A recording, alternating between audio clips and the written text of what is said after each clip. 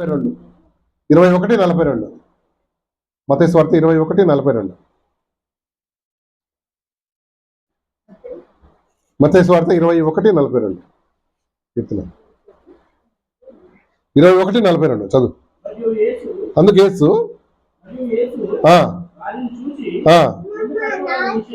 చూడు, ఇల్లు కట్టువారు నిషేధించిన రాయి మూలకు తలరాయి ఆయన. ఇల్లు కట్టువారు నిషేధించిన రాయి మూలకు ఏమైందంట? కార్నర్ స్టోన్ అంటారు దాన్ని. ఇల్లు కట్టేటప్పుడు మేస్త్రి ఏం చేస్తాడు? మార్కింగ్ వేసుకొని ఒక కార్నర్ స్టోన్ పెడతాడు. ఎందుకు ఎందుకు దానిపైన ఆధారపడి అన్ని కట్టుకుంటాడు అన్నమాట కదా. మీరు చూడండి, అబ్జర్వ్ లేదా కదా. ఎందుకు కడతాడు మనకు తెలియదు కదా, అడగం కూడా ఎందుకు పెట్టినావా దాన్ని. ఒక 2-3 రాళ్ళు పెడతాడు కదా, మూలలో పెడతాడు. ఎందుకంటే అది మంచి స్లోప్ అన్ని చూసుకొని ఆ మూల మీద ఒక కార్నర్ స్టోన్, కార్నర్ అంటే ఒక మూల. అయితే ఇల్లు కట్టువారు నిషేధించిన రాయి మూలకు ఏమైపోయిందంట? తలరాయి అయింది. అవును, దేవుని వాక్యం నుంచి ఈరోజు మనం కొన్ని రకాల రాళ్ళు, రాక్స్ గురించి లేక స్టోన్స్ గురించి చూడబోతున్నాం అంట. అది చదువుతున్నప్పుడు మనం ఏం చేయాలంటే నా బ్రతుకు ఎలాగుంది, నా జీవితం ఎలాగుంది ఆలోచన చేయాలి. ఇల్లు కట్టువారు నిషేధించిన రాయి సరే, ఇదేంటంటే రాయి రిజెక్టెడ్ రాయి అనమాట. ఇది రిజెక్టెడ్. మీరు చూడండి, నిజంగా ప్రభుని తెలుసుకున్న ప్రతి వ్యక్తిని కూడా ఈ లోకం ఏం చేస్తుంది? రిజెక్ట్. మీ చుట్టాలు కానీ, మీ దోస్తులు కానీ, మీ ఏమంటారు ఫ్రెండ్స్ కానీ, ఇక నేను తాగుడు ఆపేశాను, మంచి పిల్లవాడిని అయిపోయాను అంటే ఏం చేస్తారు? తాగేవాడిని ఏమన్నారు? అరే ఎందుకు నా బుద్ధి తెచ్చుకోండి అన్నారు. ఆపేశానంటే అబ్బా మంచి పోరాడు అయిపోయాను, రాముడు మంచి బాలుడు అయిపోయాడు. ఎక్కిరిస్తారు అంటే అంటే ఏంటి? ఏదైతే రాయి తృణీకరించబడిందో అది మూలకేమైపోద్ది? తలరాయి అవుతుంది. యేసయ్యను హృదయంలో స్వీకరించిన ప్రతి వ్యక్తికి ఈ లోకంలో ఏమున్నాయండి? కష్టాలు ఉన్నాయి కదా, తెలుసా మీకు? ఎస్. ఎందుకంటే మన ప్రభువుని కూడా ఈ లోకం ఏం చేస్తుంది? రిజెక్ట్ చేసిందా? ఎస్, రిజెక్ట్ చేసినాడు. సో శిష్యులుగా మనల్ని కూడా ఏం చేస్తుంది? రిజెక్ట్ చేస్తాం. ఎందుకంటే మనం వారితో కలిసి పాప జీవితంలో లేక పాప బ్రతుకులో మనం ఏకీభించం కాబట్టి వాళ్ళు ఏం చేస్తారు? రిజెక్ట్ చేస్తారు. వాడక్కద్దు, ఎందుకు మన ఫంక్షన్ కాదు, బొట్టు పెట్టుకోదు, ఇంకేం పెట్టుకోదు, అది పూసుకోదు, అన్నీ పూసుకోదు. సో పసుపు పెట్టుకుంటుంది. ఎట్లయినా రిజెక్ట్ చేసేస్తారు. వద్దులే, తర్వాత లాస్ట్ పిలుద్దాం. కారణం ఏంటంటే యేసయ్యను బట్టి మనం ఏం చేస్తామండి? మూలకు లేక నిషేధిస్తారు కదా. అది మనం ఈ లోకంలో ఎదుర్కొంటున్నామండి. మనల్ని కూడా దేవుడు మనల్ని ఒకరోజు ఏం చేస్తాడు? ఏ కుటుంబం అయితే మనల్ని రిజెక్ట్ చేసిందో, జాగ్రత్తగా ఎవరైతే రిజెక్ట్ చేశారో వాళ్ళ జీవితంలో మనం ఏమవుతాం ఒకరోజు ఇంపార్టెంట్ అయిపోయినాం. వీడు చాలా మంచోడు, మా పెద్ద కొడుకు మమ్మల్ని వెళ్తాడు, అది ఇది అనుకున్నవాడు ఆడేం చెయ్యి బెల్లం రాగానే బెల్లంలాగా అయిపోతాడు. ఇక నేను రిజెక్ట్ చేసిన నువ్వే ఏమవుతావు? వాళ్ళకి ఆధారం నువ్వే అవుతావు అంతే. అందుకని ఏమన్నాడు? ఇల్లు కట్టువారు నిషేధించిన రాయి మూలకు తలరాయి అయిపోతాడు కదండి. మూలకు తలరాయి. అపోస్తల కార్యములు 4వ అధ్యాయం 12 చూడండి. 4:12 అపోస్తల కార్యములు 4వ అధ్యాయం 12.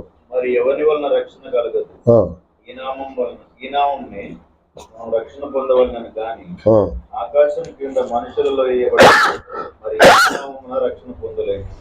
లోకం అంటది ఏ దేవుడైనా ఒకటే భయ్, మీరు అట్లా వస్తారు, మేము ఇట్లా వస్తాం, వచ్చి ఎక్కడ కలుస్తాం? అక్కడే కలుస్తాం కదా. మీరు దానికి వెళ్తున్నారు, నేను దీనికి వెళ్తున్నాను. మేము అది పూజ చేస్తాం, మీరు ఇది చేస్తాం, అంతే తేడా. కానీ బైబిల్ చెప్తుంది ఏ నామమున, చదువుమా, మరి ఎవరి వలన రక్షణ కలగదు, ఈ నామముననే మనం రక్షణ పొందవలన గాని ఆకాశం కింద మనుషుల్లో ఇవ్వబడిన మరి ఏ నామమున రక్షణ. ఏ నామమున రక్షణ లేదు. చూసావా ఎందుకు చెప్తున్నాడంటే దేవుడు ఒక్కోసారి మనం ఏమంటారు, చాలామంది ఏం చేస్తారంటే అన్నీ ఒకటే కదా, అన్నీ ఒకలా కనిపిస్తున్నాయి, కానీ అన్నీ ఒకటి కాదని, అన్నీ ఒకటి కాదు. ఇది గమనించాలి. సో ఎవరైతే క్రీస్తుని లేక క్రీస్తు బిడ్డగా మనల్ని రిజెక్ట్ చేస్తారో ఒకరోజు వాళ్ళు ఏమవుతారు, వాళ్ళు రియలైజేషన్కి వస్తారు. వాళ్ళే కావాలి, మనమే కావాలి కదా. అది అలా ఆ దినం వచ్చారు. మనం ఏం చేద్దామండి. ఎస్. తర్వాత ఈ రాయి నమ్ముకున్నాడు ఆస్వాదించబడతాడండి. ఆమె ఏ రాయి? ఏసై రాయి అనే బండ, ఏసై అనే బండ నమ్ముకున్నాడు, లేకపోతే ఫెయిల్ అయిపోతున్నాడు కదా.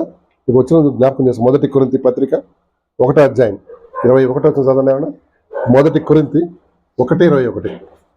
1 కొరింథీ పత్రిక 1వ అధ్యాయం 21 వచనం చూడు ఒకసారి. దేవుని జ్ఞానానుసారముగా లోకము తన జ్ఞానం చేత దేవుని ఎరగకుండినందున స్వార్థ ప్రకటనయను వెర్రితనం చేత నమ్మువారిని రక్షించుటే అది ఏమన్నాడు? మన చదువు 126. దేవుని జ్ఞానానుసారముగా లోకము తన జ్ఞానం చేత దేవుని ఎరగకుండినందున స్వార్థ ప్రకటనయను వెర్రితనం చేత నమ్మువారిని రక్షించుట దేవుని దయాపూర్వక సంకల్పం కదా. నమ్మువారిని రక్షించుట దేవుని యొక్క దయాపూర్వక సంకల్పం అట. నమ్మువారిని ఏం నమ్మువారిని? ఈ బండను లేక యేసయ్య నమ్మువారిని రక్షించుట దేవుని దయాపూర్వక సంకల్పం అట. ఎవరైతే ఈ యొక్క రాయిని లేక బండను రిజెక్ట్ చేస్తాడో వాడేంటి? ఫెయిల్ అయిపోతాడు. చాలా మంది ఏం చేస్తారు తెలుసా, ఇప్పుడు తరతరాల నుంచి వింటున్నామండి నేను ఎప్పటి నుంచో మా తాత ముత్తాత ఎవరు క్రైస్తవులండి. మీ తాత ముత్తాత అయితే నీకేమైంది? ఇప్పుడు వాళ్ళు విశ్వాసులు అనుకో, ఆ విశ్వాసం మనకు కూడా వస్తుందా? రక్షణ అయింది ఎవరికి వాళ్ళమే ప్రభు దగ్గరికి వచ్చి యాక్సెప్ట్ చేయాలి. తరతరాల క్రైస్తవులు లేక తరతరాలుగా రక్షణ ట్రాన్స్ఫరబుల్ కాదు. సాల్వేషన్ అనేది ట్రాన్స్ఫరబుల్ కాదు. మన తాత యాక్సెప్ట్ చేస్తే ఓకే, ఆయనకే. మన అమ్మమ్మ యాక్సెప్ట్ చేస్తే ఆయనకే. మన ఇంకెవరు పితరులు లేని యాక్సెప్ట్ ఆయనకే. ఇప్పుడు నువ్వేం చేయాలి? నువ్వు రక్షణ పడ. వాళ్ళ భక్తి మనకు రావాలంటే వస్తుందా? లేదు. అందుకని ఒక ఆయన అన్నాడు, దేవునికి బిడ్డలే ఉన్నారు, కొడుకులు కూతుర్లు ఉన్నారు, కానీ ఎవరు లేరు? మనవాళ్ళు మనవరాలు లేరంట. అదే ఎంతమందికి అర్థమైందా ఈ డైలాగ్? అదేనా? అంటే తరతరాలుగా క్రైస్తవులు ఉండొచ్చు నువ్వు, కానీ నువ్వు ప్రభుని యేసుని ఏం చేయాలి? స్వీకరించాలి. నువ్వు చేయాలండి ఇండివిజువల్. లేకపోతే చాలా ప్రమాదాలు ఉన్నాయి. చాలామంది అదొక ముడుచుకుంటూ ఉంటారు. మా తాత ఎవరు తెలుసా? అక్కడ పలానా డైసెస్లో ఏంటి విషయం, చర్చ్ ఉండొచ్చు, కానీ నీ సంగతి ఏంటి కదా? నీ పరిస్థితి ఏంటి? ఇంకో కొంచెం చూద్దాం. 1 పేతురు 2వ అధ్యాయం 6వ వచనం. పేతురు రాసిన మొదటి పత్రిక 2వ అధ్యాయం 6వ వచనం చూడు. 1 పేతురు 2:6 చదువుకున్నారు. 2:6. ఏలైనగా ఇదిగో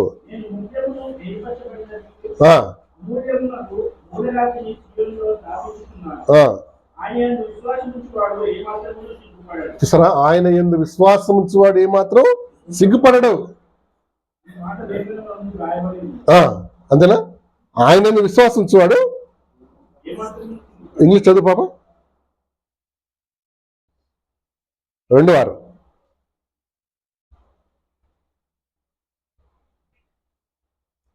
తీసావా? సో ఫాస్ట్గా 1 Peter 2:6.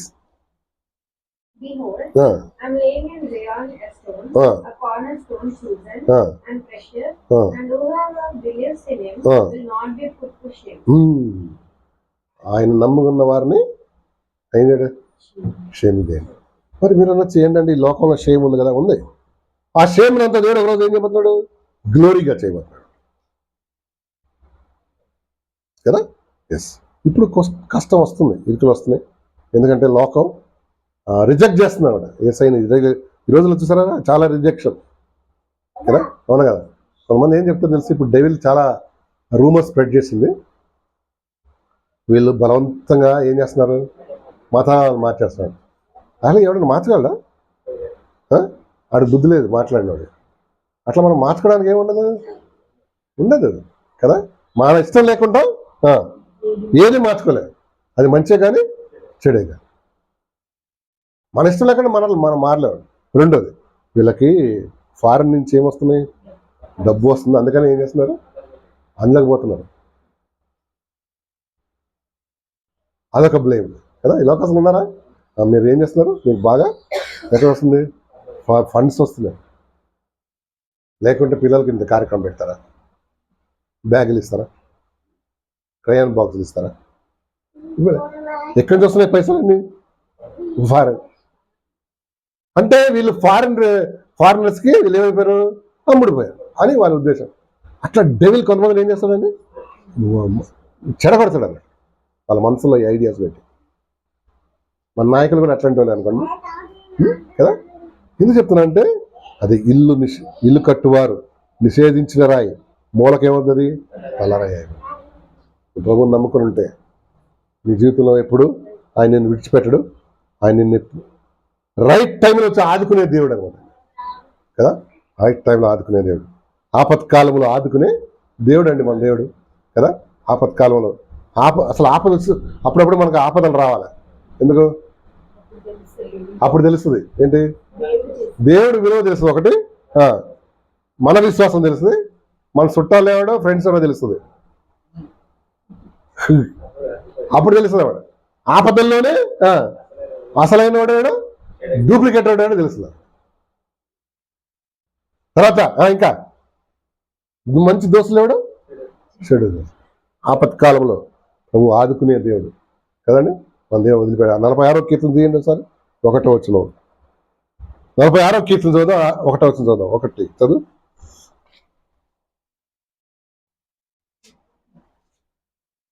కీర్తన. దేవుడు మనకు ఆశ్రయమును దుర్గమునై ఉన్నాడు. ఆపత్కాలములో ఆయన నమ్ముకొనదగిన. ఇంగ్లీష్ చదువు బాబా. God is a refuge and strength, a very present help in trouble. కదా. ఆయనని ఆశ్రయించిన నరుడు. చదువు, కంటిన్యూ. కాదు కంటిన్యూ.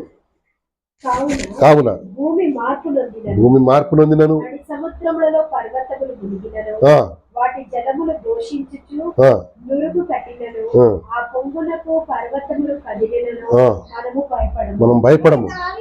చదవము. ఒక నది కలదు, దాని కాలువలు దేవుని పట్టణములు, సర్వోన్నతుని మందిరపు పరిశుద్ధ స్థలములు సంతోషపరచుచున్నది. దేవుడు ఆ పట్టణంలో ఉన్నాడు, దానికి చలనము లేదు. సో దేవుడు ఆ పట్టణంలో ఉన్నాడు కాబట్టి ఏం లేదు, దానికి చలనం లేదు. దేవుడు ఆ మనిషిలో ఉన్నాడు కాబట్టి ఏం లేదు. ప్రాబ్లం వస్తుంది, ఇరుకులు వస్తాయి, కానీ అంత ప్రభావం. ఎందుకంటే ప్రభు నిన్ను ఆదుకుంటాడు. 2వ రాయి గురించి చెప్తాను నేను. ఆ మార్క్స్ వార్త 16:3 మార్క్స్ వార్త 16:3 2వ రాయి చూడండి. దీన్ని దుర్లించబడిన రాయి అంటారు. 16:3 చదువు. సూర్యోదయమైనప్పుడు సమాధి ద్వారము నుండి మన కొరకు ఆ రాయి ఎవడు పొర్లించినని ఒకరితో ఒకరు చెప్పుకొనుచుంది.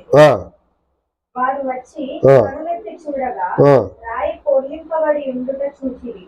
ఆ రాయి ఎంతో పెద్దది. అప్పుడు వారు సమాధిలో ప్రవేశించి తెల్లని నిలువుటంగి ధరించుకొని ఉన్న ఒక పడుచువాడు కుడి వైపున కూర్చుండుట చూచి. చాలా ఏం రాయి ఇది? ఏం రాయి? యేసయ్య సమాధిలో పెట్టినప్పుడు 3వ దినాన వీళ్ళందరూ వెళ్తారు. ఎవరు? స్త్రీలు పరిమళ ద్రవ్యాలు తీసుకొని కదా. స్త్రీలు వెళ్తారండి, మన పురుషులు ఏమైనా నాకు తెలియదు. పొద్దున్న లేసి వాళ్ళు వెళ్తారు డేర్గా కదా, వీళ్ళు నిద్రపోయింటారు. అది చూడు, స్త్రీలు వెళ్ళారంట డేర్గా కదా, వెళ్ళారు కదా. చాలా ఆస్పెక్ట్స్లో ఉమెన్ మినిస్ట్రీలో చాలా డేర్గా ఉంటారు. వీడు పియా అంటుంటాడు. ఇక్కడ చూడు, వెళ్ళగానే ఒక టూమ్, ఆ టూమ్ అనేది లేక ఆ సమాధి రాయి ఏమైందంట, దుర్లించబడి ఉందంట. అంత పెద్ద రాయిని ఎవడు మానవుడైతే దొర్లించలేడు. ఆ మూసేసినప్పుడు ఎవరు అది రోమన్ సోల్జర్స్ ఏం చేశారు, దాన్ని దొర్లించి సీల్ చేశారు. అయితే ఇది ఇప్పుడు ఎవరు ఆటోమేటిక్ ఓపెన్ అయిపోయిందంట. లోపల తొంగి చూస్తే ఏం లేదు, ఎస్ఐ శరీరం లేదు. ఆయన కట్టినటువంటి వస్త్రాలు మాత్రం ఒక దగ్గర మడత పెట్టి ఉన్నాయంట కదా. అండ్ వాళ్ళు ఆశ్చర్యపడ్డాడు. ఏమండి, ఈ రాయిని ఎవరు దొర్లించారు చెప్పండి? ఎవరు? దేవుడే కదా. అవును. యెహోషువ కాలంలో కూడా ఒక టైంలో ఏం తెలుసా, గిల్గాలు అనే ప్రాంతం వస్తుంది. గిల్గాల్ అంటే దొర్లించబడినది అన్న. చూడు, యెహోషువ గ్రంథం 5వ అధ్యాయం. 1 నుంచి 8 వచనాలు చదవండి. యెహోషువ గ్రంథం 5వ అధ్యాయం 1 నుంచి 8. యెహోషువ గ్రంథం పేజ్ నెంబర్ చెప్పమ్మా. 179 తెలుగు బైబిల్లో. వారు దాటుచుండగా, దొరికిందా? వారు దాటుచుండగా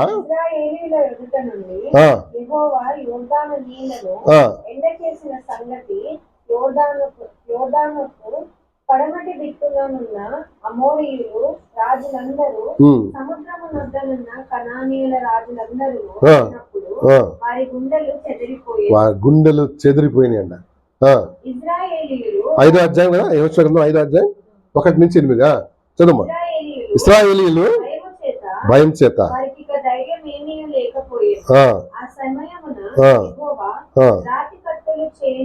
రాతి కత్తులు చేయించుకొని సున్నతి చేయించమని యెహోషువకు ఆజ్ఞాపింపగా, యెహోషువ రాతి కత్తెలు చేయించుకొని సున్నతిగిరి అను స్థలము దగ్గర ఇశ్రాయేలీయులకు సున్నతి చేయించెను. చదవండి. యెహోషువ సున్నతి చేయించుటకు హేతువేమనగా, ఐగుప్తులో నుండి బయలుదేరిన వారందరిలో యుద్ధ సన్నద్ధులైన పురుషులందరూ ఐగుప్తు మార్గమున అరణ్యములో చనిపోయి, బయలుదేరిన పురుషులందరూ సున్నతి పొందిన వారే కాని ఐగుప్తుల నుండి బయలుదేరిన తరువాత అరణ్య మార్గమందు పుట్టిన వారిలో ఎవరునూ సున్నతి పొంది ఉండలేదు. యెహోవా మనకు ఏ దేశమును ఇచ్చెదనని వారి పితరులతో ప్రమాణము చేసెను. పాలు తేనెలు ప్రవహించు ఆ దేశమును తాను వారికి చూపించవాని యెహోవా ప్రమాణము చేసి ఉండెను గనుక ఐగుప్తుల నుండి వచ్చిన ఆ యోధులందరూ యెహోవా మాట వినకపోయినందున వారు నశించే వరకు ఇశ్రాయేలీయులు 40 సంవత్సరములు అరణ్యములో సంచరించుతూ వచ్చేది. ఆయన వారికి ప్రతిగా పుట్టించిన వారి కుమారులు సున్నతి పొంది ఉండలేదు గనుక వారికి సున్నతి చేయించెను. ఏలైనగా మార్గమున వారికి సున్నతి జరగలేదు.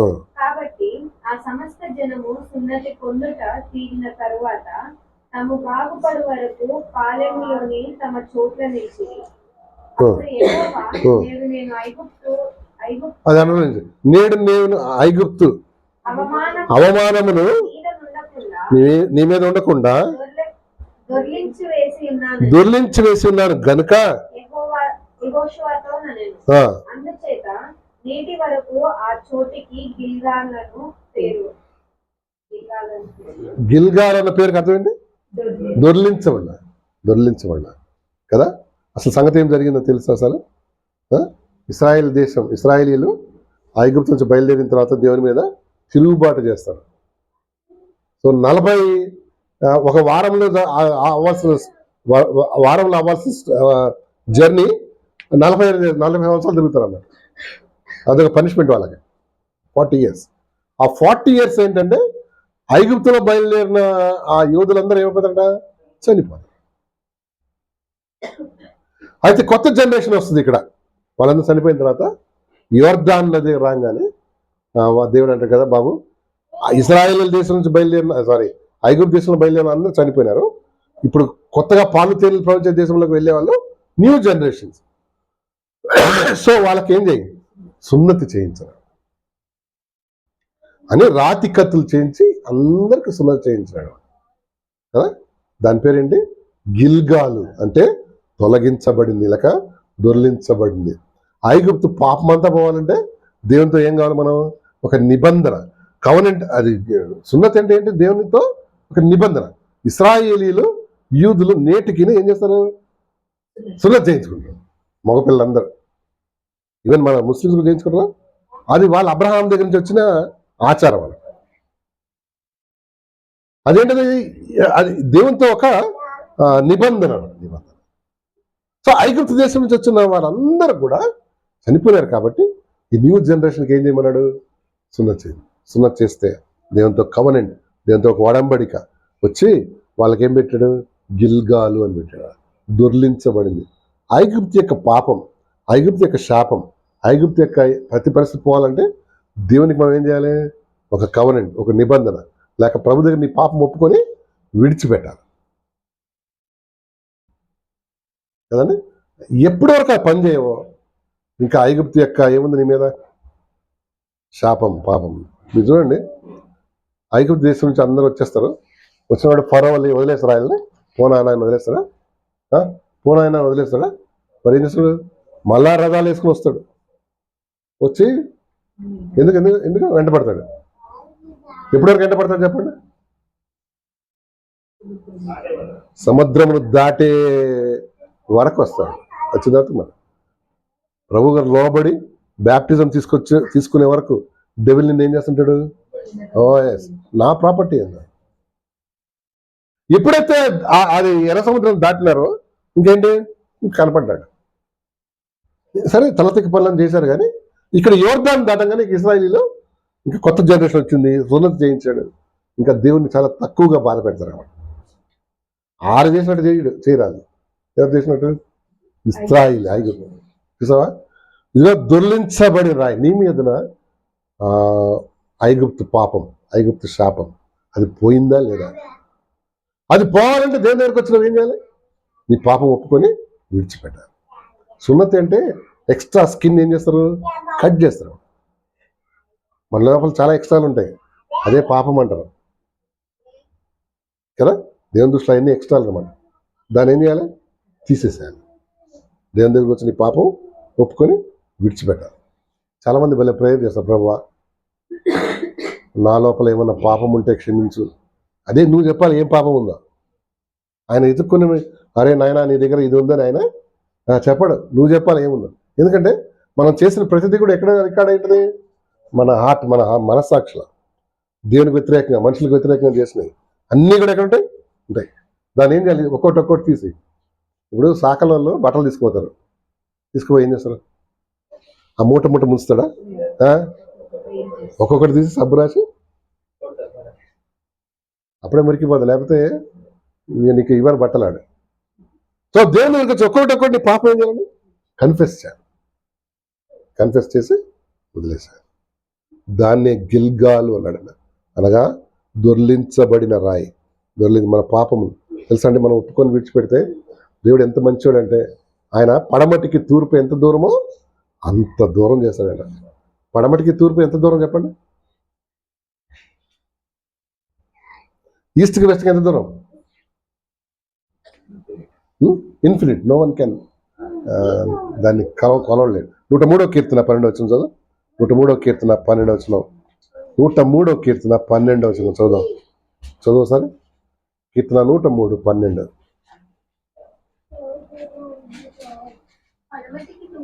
పడమటికి తూర్పు ఎంత దూరమో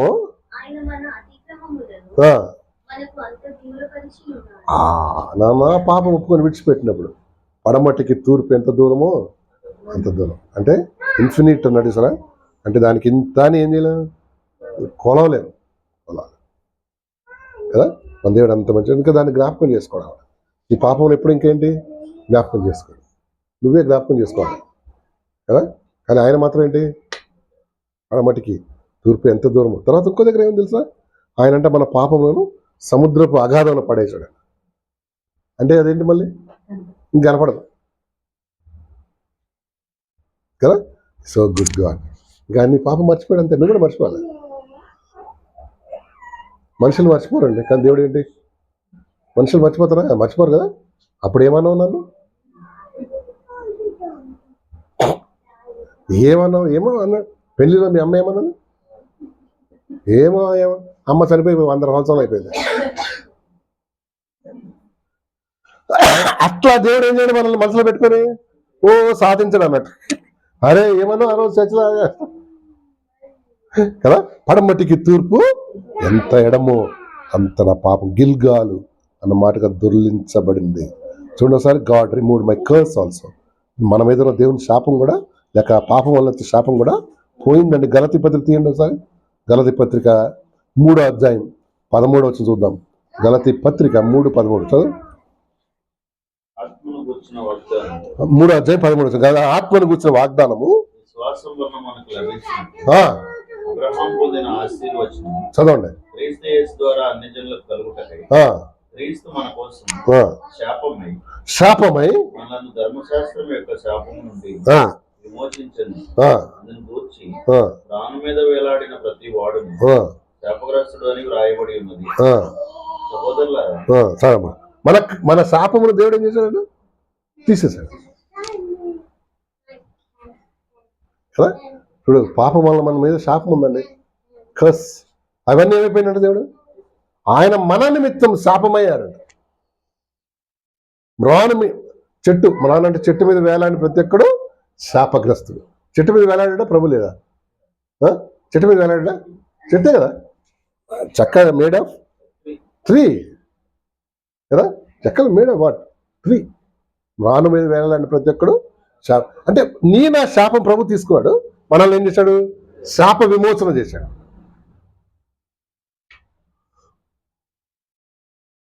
ఈ రామాయణం చదువుతున్నప్పుడు రాముడు అండి ఒకసారి వెళ్తుంటే ఆ కాలు దగ్గర ఒక లేడీగా మారిపోయిందంట. మళ్ళీ దాని వెనకాల ఇంకో స్టోరీ. కొన్ని రోజుల తర్వాత ముందు ఎప్పుడు అది ఉమెన్ దేనిగా మారిపోయింది, ఒక స్టోన్గా మారిపోయిందంట. ఆమె అడిగిందంట, ఏంటి బాబు ఇట్లా చేసామని. చేస్తే ఒక ఫలానా యుగంలో ఒక ఆయన వస్తాడు, నీకు ఆయన కాలు తగలంగానే శాప విమోచన కదా. అవన్నీ మన కట్టుకథలు వదిలేసి, కానీ నేను శాపగ్రాహి కాకుండా విడుదల పొందాలంటే ఏసై దగ్గరకు వచ్చి ఏం చేయాలి, మన పాపం ఒప్పుకొని విడిచిపెట్టి. మీకు తెలుసా మన మీద చాలా శాపాలు ఉంటాయి. అమ్మ నాన్న సరిగ్గా చూసుకోలేదు కనుక వాళ్ళు ఏం చేస్తారు మనల్ని, మనం చేసే పనులు కదా. ఈ శాపాలు కొన్ని ఉంటాయండి బాబు. కొంతమంది బాగా శపిస్తూ ఉంటారు పిల్లల్ని కదా. అవును, నువ్వు అట్లా అయిపోవాలి, ఇట్లా అయిపోవాలి, బాగుపడవు నువ్వు కదా, నువ్వు ఏమవుతావు అట్లా నాశనం అయిపోతావు, అదే అవన్నీ ఉంటాయి కదా. అది కాకుండా అడిషనల్గా ఏముంటుంది, మన పాపం వల్ల శాపం. పితరులు అంటే మన తాతలు అవుతారు, మన గ్రాండ్ ఫాదర్స్ సన్యాసులు అనుకో, వాళ్ళు చేసిన ఏదో పనులన్నీ మన ఎవరికి చుట్టుకుంటాయి. కొంతమంది గ్రాండ్ ఫాదర్స్ అసలు గ్రాండ్గానే ఉంటారు అన్నట్టు, వాళ్ళన్నీ గ్రాండ్లెస్ వర్క్లు చేస్తారు, అన్ని తలకాయ కదా. అవునా, లేడీస్ వ్యవహారాలు, ప్యాకాట్లు, తర్వాత పొలాల పనులు కదా, వాడిని గుంజుకోవడం వీడిని గుంజుకోవడం, ఏమో భలే కరప్షన్ ఫెలోస్ ఉంటారు కొంతమంది తాతలు, అందరు కాదు కొంతమంది కదా. లేడీస్ వ్యవహారాలు, హత్యలు, దోపిడీలు, ఇవన్నీ కూడా ఇక్కడ ఆయన చుట్టుకుంటే ఆయనకన్నా చుట్టుకోవాలి లేదా మనకన్నా, మన పిల్లలు. సో ఇవన్నిటి నుంచి ప్రభు ఏం చేస్తాడండి, ప్రభు దగ్గరికి వచ్చినాడు వాడు శాప విమోచకుడు అవుతాడు. శాపం కొట్టి దొర్లించబడుతుంది అన్నమాట కదా. మనం ఒక ప్రశ్న వేసుకున్నాం, నా మీద పాపం ఫలితం దొర్లించబడిందా లేదా? దొర్లించబడితే నువ్వేంటి ధన్యుడు అని. లేకపోతే అవన్నీ మన నెత్తి మీద ఉంటాయి కదా. కొన్ని ఇల్లు కూడా శపించబడతాయి తెలుసా మీకు, తెలుసా? కొన్ని ఇల్లు కూడా ఇంటి మీద శాపం ఉంటుందండి కదా. గ్రోత్ ఉండదు, బ్లెస్సింగ్ ఉండదు. ఎప్పుడు చూసినా మనుషులు ఎట్లుంటారు, సుస్తుగా ఉంటారు అన్నమాట. వాక్యం వింటున్నప్పుడు సుస్తు వేరే, ఎప్పుడు చూసినా చూస్తుంటారు. పోతే ఆయన హాస్పిటల్ పోతుంది, ఈ హాస్పిటల్ ఎప్పుడు చూసినా డాక్టర్ వాళ్ళు వెనకాల తిరుగుతుంటారు. నిజంగా కొన్ని ఇల్లు ఉన్నాయి తెలుసా మీకు, డబ్బులు వస్తాయి కానీ ఆగమన్నట్టు.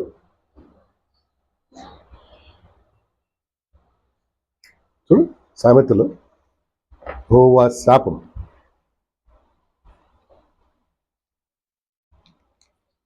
వాడి ఇంటి మీద ఉంటుందండి. చూడు ఒకసారి ఏదో 3వ అధ్యాయమా సామెతలు 3 కాదనుకుంటా. రెడ్ పెన్సిల్ ఉంటే అండర్లైన్ చేసుకోండి. ఇది చాలా బాగుంటుంది. ఏదంటే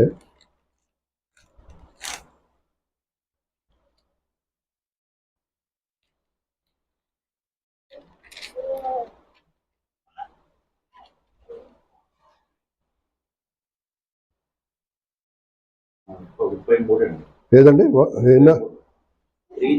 3 సార్. అది భక్తిహీనుల ఇంటి మీదకి యెహోవా శాపం వచ్చింది, నీతిమంతుల నివాసాలను ఆయన ఆశీర్వదించి. ఏమన్నాడు? భక్తిహీనుల ఇంటి మీదకి యెహోవా శాపం వచ్చును. అయితే నీతిమంతులు అంటే దేవుని నమ్ముకున్న వారు, లేక ప్రభుత్వం హృదయించిన వారు, నివాస స్థలం అంటే ఇల్లు ఆయన ఆశీర్వదించారు. 3:33 కదా. చూసావా దేవుని శాపం ఉంటుందంట. దేవుని శాపం ఉంటుంది. కొన్ని ఇల్లు అంతే కదా. ఎప్పుడు చూసినా ఏందో వాళ్ళ ఇంటికి పోగానే భయం అనిపిస్తుంది. ఎందుకు? ఏమో దయ్యాలుంటాయి లోపల, లేక ఏమవుతుందో కదా. క్షేమం ఉండదు అన్నట్టు. క్షేమం ఉండదు. ఎప్పుడైతే ప్రభు శాపం పోతుందో, లేక దొర్లించబడుతుందో, మన ఇల్లు కూడా ఏంటి, వచ్చిన ప్రతి ఒక్కరు దీవించబడి వెళ్తున్నారు. మా ఇల్లు తెలుసా, ప్రభుని తెలుసుకున్న తర్వాత మా ఇంటికి ఎవరైనా రెంట్కి ఇచ్చేవాళ్ళం. వస్తే ఒక తమిళ్ ఫ్యామిలీ వచ్చింది. ఆయన టెక్నికల్ ఇన్స్టిట్యూట్ మారేడుపల్లి, అక్కడ ఆయన ఇన్స్ట్రక్టర్ అన్నాడు. టెక్నికల్ ఇన్స్టిట్యూట్ కదా, ఇన్స్టిట్యూట్ ఆఫ్ ఎలక్ట్రానిక్సా ఏదో మారేడుపల్లిలో. అక్కడ పాలిసెట్, అక్కడ ఆయన ఏమంటారు ఏదో ఇన్స్ట్రక్టర్ అయిన. ప్రభు ఫస్ట్ ఆమె తెలుసుకుంది తమిళ్, తర్వాత మనోడు మాకు దేవతలు ఉన్నారని ఆమె తర్వాత కొడుకులందరూ ప్రభు వైపు తిరిగినారు. మీకు తెలుసా ఆశ్చర్యం ఏంటంటే ఇప్పటికీ వాళ్ళ కొడుకులు 3 దీవించబడ్డారండి. ఆయన టపా కట్టేశాడు. ఆయనకి ఎప్పుడు చూసినా అనుమానమే, యేసు ప్రభు దేవుడా దేవుడా. ఆయన ఈ జంజాటంలో ఆయన పోయినాడు. ఇది యాక్సెప్ట్ మరి తెలియదు. సో ఆమెను మాత్రం దేవుడు దీవించాడు. కొడుకులు 3 సెటిల్, 2 అమెరికన్ సెటిల్, ఒకడేమో ఇక్కడే ఉంటాడు. మంచి రిచ్ మ్యాన్ అనమాట. ఎందుకు చెప్తున్నా అంటే కొన్ని ఇళ్లలో మనుషులు ఏమవుతారు, దీవించబడతారు. నీళ్ళు అలాగ ఉండాలి. అబ్రహాం ఇంట్లో అంట 300 మంది సర్వెంట్స్ ఉండేవారు. మనం ఒక్క సర్వెంట్తో ఏమవుతున్నాం, ఆమెను బతిలాడతాం, ప్లీజ్ అమ్మా సాయంత్రం తప్పకుండా వచ్చి పని చేసుకుని వెళ్ళమ్మా. వాళ్ళు ఫోజులు ఇస్తారు, రామమ్మ మాకు చాలా బిజీ ఇంతుదే గోలకెళ్ళుకుంటాడు కదా. వాళ్ళు నిజంగా మనం సర్వెంట్స్ ఎంత మెయింటైన్ చేస్తామో కదా. ప్లీజ్ అమ్మా రామ్మ, బట్టలు ఉతికి. లేదక్క నేను రాను, నాకు నడుము ఏమైపోయింది నొప్పి. ఏదో సినిమాకి ఏదో ప్రోగ్రామ్ వేసి ఉంటుంది. భర్తతో కూడా కొంతమంది అంత ప్రేమగా మాట్లాడరు. వాళ్ళతో మాట్లాడరు. బాగున్నావా లక్ష్మి అంటే వీళ్ళు ఆయనను కూడా అన్నారు బాగున్నావా అని. అడగలే ఏంది వచ్చినా జల్దీ. ఎందుకంటే వాళ్ళతో మనకేముంది. కానీ అబ్రహాం ఇట్లా 300 మంది బ్లెస్డ్ అనమాట. దాంట్లో ఎలియాజర్ అనేవాడు ఎవరు, ప్రధాన సర్వెంట్స్. ఎందుకు చెప్తున్నా అంటే ఎస్, మన మీద ఉన్న పాపం దొర్లించబడినప్పుడు మనకు కలిగి ఉన్న వాటిని అన్ని దేవుడు ఏం చేస్తాడు, దీవిస్తాడు. ఏదైనా సరే, అది చదువు కానీ, డబ్బు కానీ, నీ జాబ్ కానీ, నీ పిల్లల్ని కానీ, ఏదైనా సరే, నీ బిజినెస్ కానీ, గాడ్ బ్లెస్సెస్ ఇట్. అసలు ప్రాబ్లం అదే. మనమే అంటాం అంతా నీ వల్లనే, మనం భర్తలు అన్నాం అంతా నీ వల్లనే. చర్చిగా ఎప్పుడు ఏడుపు ముఖం కూడా. అసలు మరి ఈమెను కూడా ఆర్థిట్టాలి ఏమని, అంతా నీ వల్లనే. ఇప్పుడు ఇద్దరు ఒకళ్ళ మీద ఏంటి తిట్టుకోవడమే. అసలు ఇద్దరు లోపడాలి దేవునికి. అప్పుడే దొర్లించబడుతుంది. ముఖానికి ఎప్పుడైనా చర్చకు వచ్చినావా, భక్తురాలు వచ్చింది.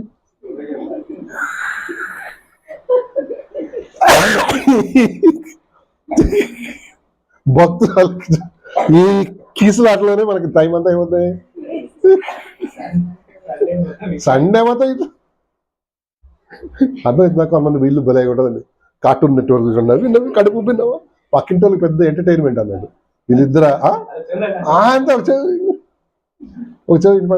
పక్కింటి వాళ్ళు భలే ఎంటర్టైన్మెంట్ అన్నట్టు. ఏంటది, ఇది స్టార్ట్ అయింది. అంకుల్ వచ్చినాడు ఇంకా చూడు. ముఖ్యంగా ఫస్ట్ వీక్ లో భలే హుషారుకుంటారు వాళ్ళు. ఎందుకంటే అండి ఇంకోటి చూద్దాం, టైం అయిపోయింది. నెక్స్ట్ ఇంకోటి చూద్దాం. ఇంకోటి అంటే సజీవమైన రాళ్ళు అంట. 1 పేతురు 2:4-5 1 పేతురు 2:4-5 చూడు. 1 పేతురు 2:4-5 మనుషుల చేత విసర్జింపబడిన దేవుని దృష్టికి ఏర్పరచబడినది చదవండి.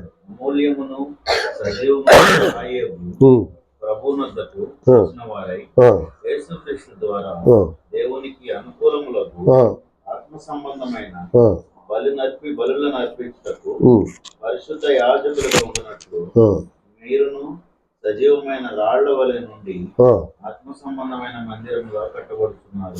ఏంటి మనల్నంట ఏంటి సజీవమైన, ఇంగ్లీష్ ఏమో తెలుసా, లివింగ్ స్టోన్స్ అని. లివింగ్ స్టోన్స్ ఉందామా? ఓ మై లివింగ్ స్టోన్స్ ఉందా? చూడు 1 Peter 2:4-5. ఇంగ్లీష్ బైబిల్ లేదా మీ దగ్గర? చదవండి. Living stone. సో ఎవరు లివింగ్ స్టోన్? ఎవరు? మనమే మనమే మనమే మనమే లివింగ్ స్టోన్స్ అంట. బ్రతికున్న సజీవమైన రాళ్ళు. సజీవమైన రాళ్ళుగా మీరు వాటి చూడండి సార్. మన చదువు వాళ్ళు చదువు 2 మనుషుల చేత విసర్జింపబడిన దేవుని దృష్టికి ఏర్పరచబడినది అమూల్యమును సజీవమునైన రాయియదు ప్రభువునొద్దకు వచ్చిన వారై యేసుక్రీస్తు ద్వారా దేవునికి అనుకూలములకు ఆత్మ సంబంధమైన బలులను అర్పించుటకు ప్రధాన యాజకులుగా ఉండునట్టు వీరును సజీవమైన రాళ్ల వలె నుండి ఆత్మ సంబంధమైన మందిరముగా కట్టబడుతున్నాం. బిల్డ్ కదా. దేనివల్ల? సజీవమైన రాళ్ల వల్ల. సో దేవుని ప్రభుని నమ్ముకున్న ప్రతి వ్యక్తి అంట దేవునికి ఏంటి, is a living stone. Living stone. మన సజీవమైన రాళ్ల వల్ల దినదినం కట్టుతున్నాడు, మందిరాన్ని కడుతున్నాడు. స్పిరిచువల్ మందిరం కదా ప్రభు కడుతున్నాడండి. మందిరం అంటే ఇదంటే ఇది కాదు, అది ఏంటి, కంటికి కనబడదు. దేవుని మందిరం కడుతున్నాడు కదా ప్రభు, తెలుసా మీకు అసలు కదా? ఎస్. దీంతో మనతో సజీవమైన రాళ్ళు అన్నట్టు. అయితే ఈ రాళ్ళను ఏం చేస్తున్నాడంటే దేవుడు వినడం జాగ్రత్తగా. ఇప్పుడు ఒక ఇటుక పెట్టినాడు మేస్త్రి, ఆ పక్కన ఇంకోటి ఏం పెడతాడు, ఇంకోటి పెడతాడు. ఇప్పుడు దీనికి దానికి ఏం పెడతాడు, ఒక సిమెంట్ పెడతాడు మధ్యలో. దీనికి దానికి మధ్యలో పెడతాడు. ఆ మూలను పోగానే సరిగా ఫిట్ కాలేదు అనుకో, ఏం చేస్తాడు, దాన్ని కట్ చేసి పెడతాడు కదా. మళ్ళా చూడు దేవుడు ఏం చేస్తాడు చూస్తాం, మనల్ని ఆయన మందిరంలో కట్టబడటానికి, ఆయన సెట్ చేయడానికి ఆయా సమయాల్లో దేవుడు మనల్ని కట్ చేస్తున్నాడు. కొన్ని రాళ్ళు కొంచెం ఎక్కువ ఉంటాయి, ఏం చేస్తాడు, దాన్ని దీనికి ఈక్వల్గా రావాలంటే కొడతాడు. కొన్నిసార్లు ఏమో ఇట్లా రాస్తాడు, అక్కడ ఫిట్ కాదు. దేవుడు మనల్ని కూడా ఏం చేస్తాడు తెలుసా, ఆయన రాజ్యంలో కట్టబడటానికి ఆయా సమయాల్లో కొన్ని కట్ చేస్తాడు మనలో. కొన్ని ఏమో చిజులు చేస్తాడు. చిజులు అంటే ఏమంటుందండి, ఏంటది, చెల్లితో కొడతాడు అన్నమాట. కరెక్ట్గా ఫిట్ కావాలి. ఒకదానితో ఒకటి పొత్తు కుదరాలంటే ఏం చేయాలి, కరెక్ట్ సెట్ కావాలి. ఆయన మాస్టర్ బిల్డర్ అనమాట.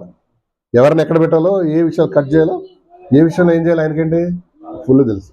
అందుకనే కొంచెం ప్రభు నమ్ముకున్నాగానే సరిపోదు, అప్పుడప్పుడు ఏం చేస్తుంటాడు, కొన్ని అనవసరమైన వాటిని కట్ చేస్తాడు. మనుషుల ద్వారా, పరిస్థితుల ద్వారా, లేక ఏమంటారు మన బాస్ ద్వారా, కొంతమంది అత్తమామల ద్వారా కట్ చేస్తాడు అనమాట. ఎందుకు, సరిగ్గా ఎక్కడ సెట్ అవ్వాలి, అక్కడ ఫిట్ అవ్వాలి. సజీవమైన రాళ్ళు కదా, మనం బ్రతుకున్న రాళ్ళు.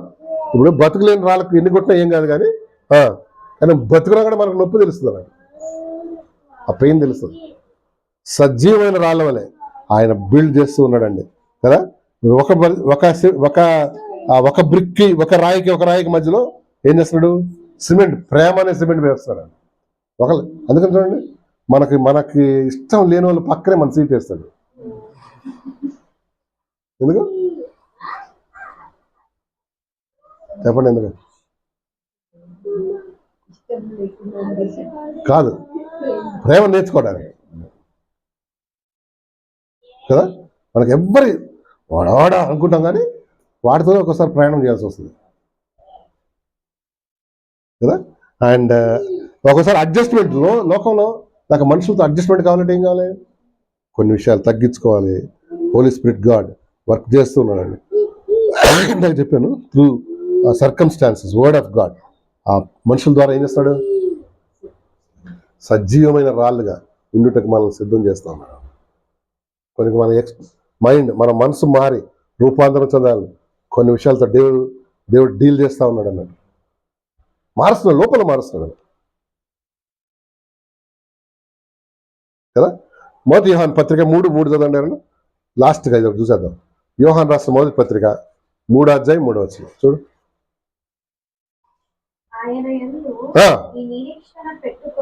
చదవండి. ఆయన పవిత్రుడై ఉండునట్లుగా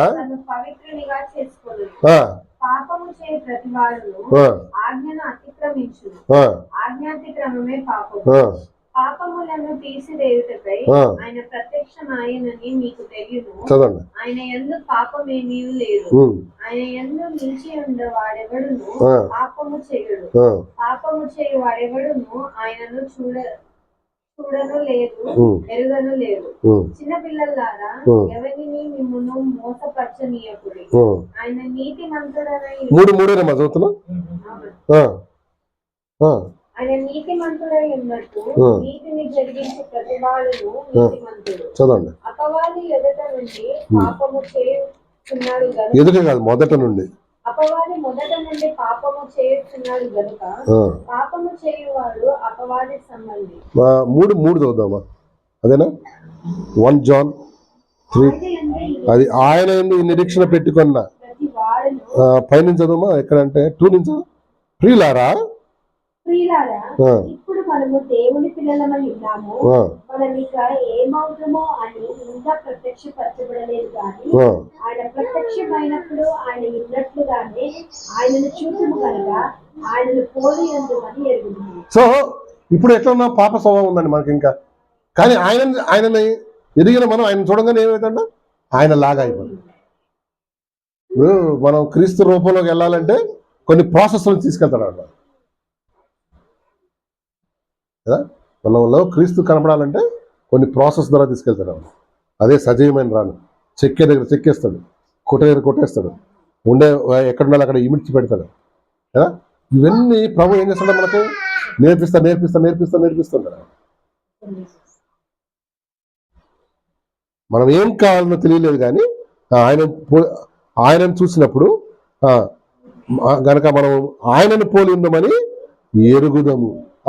ఆయన వల్లే అయితే మనం క్రీస్తు వల్లే ఉండాలంటే చాలా ప్రాసెస్ ఉంది. మనం ప్రభుని తెలుసుకున్న దగ్గర నుంచి చచ్చిపోయే వరకు ఏం చేస్తుంటే ఆ ప్రాసెస్ నుంచి తీసుకెళ్తా ఉంటాం కదా. ఆ ప్రాసెస్ కంటిన్యూ అయిపోద్ది. అయితే డోంట్ వరీ, ఒకరోజు మనం ప్రభువును పోలి ఉందము కదా. అది నిజం. ఇప్పుడు చాలా ఫాల్ట్స్ ఉన్నాయి, డిఫెక్ట్స్ ఉన్నాయి, కానీ ఒకరోజు ఏం చేస్తాం? ఆయనను పోలి పర్ఫెక్ట్గా అయిపోతాం. No perfection. ఎవరి దగ్గర పర్ఫెక్షన్ లేదు, ఉందా? లేదు, పర్ఫెక్షన్ లేదు. ఆయనను పోలి ఉందని 3 రాళ్ళ గురించి చెప్తారు అవసరం. Number 1, the rock rejected. మనల్ని కూడా లోకం ఏం చేస్తుంది? రిజెక్ట్. నెంబర్ 2, ఇదేని బట్టి? క్రీస్తుని బట్టి. నెంబర్ 2, దొర్లించబడిన రాయి. ఎవరది? మనమే. నీ పాపం ఒప్పుకొని విడిచిపెడితే నీ మీద ఉన్న శాపం, ఇంకా నీ మీద ఉన్న శాపం, నీ మీద ఐగుప్తు నింద, ఇవన్నీ దేవుడు ఏం చేస్తాడు? Number 3, such a living stone. మనం ప్రభుని తెలుసుకున్న తర్వాత, బ్యాప్టిజం తీసుకున్న తర్వాత మెల్లిమెల్లగా మనల్ని ఏం చేస్తున్నాడు దేవుడు? షేప్ చేస్తా ఉన్నాడు, షేప్ చేస్తా ఉన్నాడు. క్రీస్తుని పోలి నడుచుకునే వరకు, లేక క్రీస్తుని పోలి ఉండే వరకు మనల్ని ఏం చేస్తున్నాడు? షేప్ చేస్తాడు, కట్ చేస్తాడు, చిజిల్ చేస్తాడు, చెక్కుతున్నాడు, లేక అనవసరమైన వాటిని తీసేస్తాడు. అది చేసే పని ఎవరు? మాస్టర్ బిల్డర్ చేస్తున్నాడు. అది ఎవరంటే ప్రభు. లో పెడితే అంత దెబ్బలు తగలవండి, ఎదురు తిరిగితే ఎక్కువ దెబ్బలు తగులుతాయి. లో పెడితే అంత తగల. ఇప్పుడు సార్ ఏమన్నా కరెక్ట్ చేశాడు, వాడు ఏంటి సార్ అది ఇదని ఎదిరిస్తే ఆడ ఎక్కువ తల్లదు. ఇప్పుడు నాకు తెలియదు కొట్టచ్చో లేదు, కొట్టచ్చా? కొట్టచ్చు అంట సీక్రెట్గా. వాడు ఎదురు తిరిగితే తనలు ఎక్కువ కదా, సార్ సారీ సార్ అది ఇది అంటే పోయా నెక్స్ట్ టైం చేసుకోవాలి. దేవుడు కూడా అంతే కదా, మనం రివర్స్ అయినామంటే ఎక్కువ దెబ్బలు తగ్గుతారు. ప్రభా సారీ క్షమించు, నేను అపరాధిని, పాపిని, నన్ను క్షమించు ప్రభా అంటే తక్కువ పడతాయి కానీ తక్కువ పడతాయి.